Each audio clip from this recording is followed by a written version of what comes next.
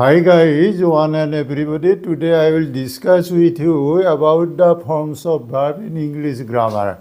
English is a very gentle and very popular language, and it has been used in all over the world. Especially,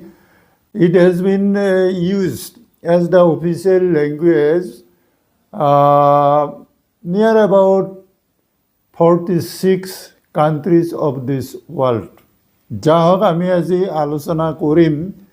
যে ভাৰ্বৰ 5টা form ৰূপ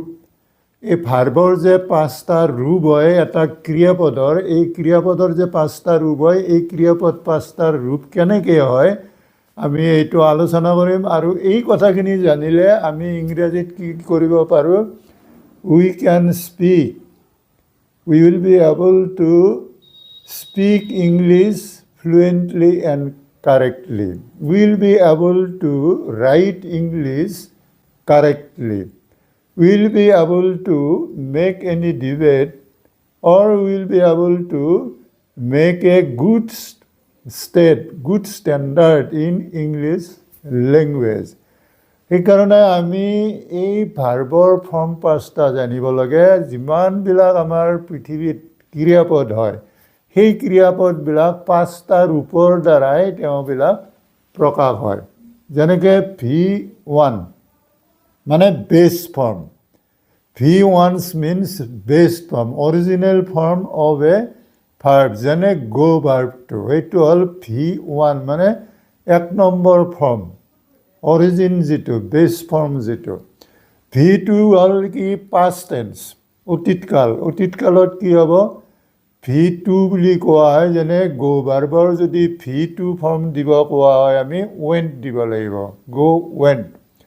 আৰু V3 হ'ল কি যে past perfect tense যিকোনো ভাৰ্বৰে V3 বুলি ক'লে যিটো ক্ৰিয়াপদৰ V3 দিব কোৱা হয় পাষ্ট পাৰ্টিচিপলৰ ফৰ্ম দিব লাগিব যেনে গো ভাৰ্বৰ গান বা গন আকৌ V4টো হ'ল কি যে প্ৰেজেণ্ট কণ্টিনিউৱাছ টেন্স বা প্ৰেজেণ্ট পাৰ্টিচিপল V4 বা কেতিয়াবা জেৰাণ্ড সেইটো কোৱা হয় V4 সেইটো হ'ব গো ভাৰ্বৰ গোয়িং আৰু V5 হ'ল কি থাৰ্ড পাৰ্চন ছিংগুলাৰ যিটো প্ৰেজেণ্ট থাৰ্ড পাৰ্চন ছিংগুলাৰ যিটো পাৰ্চন থাকিব তাৰ লগত প্ৰেজেণ্ট টেন্সত যিটো ফৰ্ম হয় সাধাৰণতে আমি যিটো থাৰ্ড পাৰ্চন ছিংগুলাৰ নাম্বাৰৰ যদি ছাবজেক্টটো হয় তেতিয়াহ'লে সেই ক্ৰিয়াপদটোৰ পিছত এজ বা ইএজ যোগ কৰোঁ সেইটো কোৱা হয় third person singular present form বা V5 গতিকে আমি এটা যদি গো ভাৰ্ব বুলি কওঁ তেতিয়াহ'লে গো বেছ ফৰ্মত V1ত কি হ'ব I go to school every day V2 যদি কোৱা হয় তেতিয়া কি হ'ব ৱেণ্ট ৰানু went to college yesterday past tense V3 যদি কোৱা হয় পাষ্ট টেন্সৰ পিছৰ V3 যিটো এইটো হয় পাষ্ট পাৰফেক্ট টেন্স মানে গন গতিকে আই হেভ গান টু মাৰ্কেট চি হেজ গান টু মাৰ্কেট এনেকুৱা V4টো কি হয় প্ৰেজেণ্ট কণ্টিনিউৱাছ টেন্স বা প্ৰেজেণ্ট পাৰ্টিচিপল V4 যেনে I am going to market I am going to the playground এনেকুৱা V5 he goes to school she goes to school go ভাৰ্বত ইএজ যোগ হয় do ভাৰ্বত ইএজ যোগ হয় বাকীবিলাকত এজ যোগ হ'ব যেনে তেওঁ বাঘটো মাৰে হি কিলছ দি টাইগাৰ কিলত এজ যোগ হ'ব হি কিলছ দি টাইগাৰ গতিকে আমি এই কথাটো জানিব লাগিলে যে V1 V2 V3 V4 V5ৰ জৰিয়তে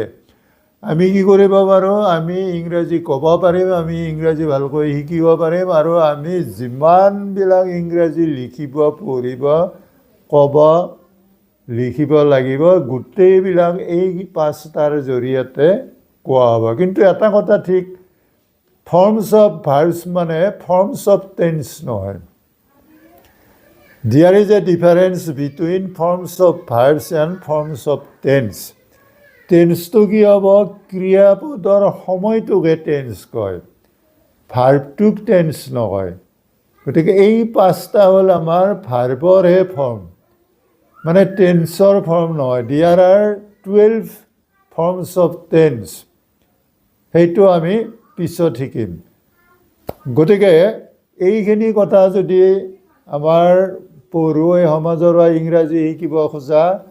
যিসকল ব্যক্তি আছে যিসকল ছাত্ৰ ছাত্ৰী আছে তেওঁলোকৰ যদি ভাল লাগিছে তেতিয়াহ'লে এই চেনেলটো CR Talks চণ্ডীৰাম টক্স চেনেলটো ছাবস্ক্ৰাইবটো কৰি দিব এইটো ইউটিউব চেনেল আৰু ভৱিষ্যতে এনেকুৱা ধৰণৰ ইংৰাজী বিষয়ৰ ভিডিঅ'বিলাক পাই থাকিবৰ কাৰণে চেনেলটো ছাবস্ক্ৰাইব কৰি দিব শ্বেয়াৰ কৰি দিব Thank you.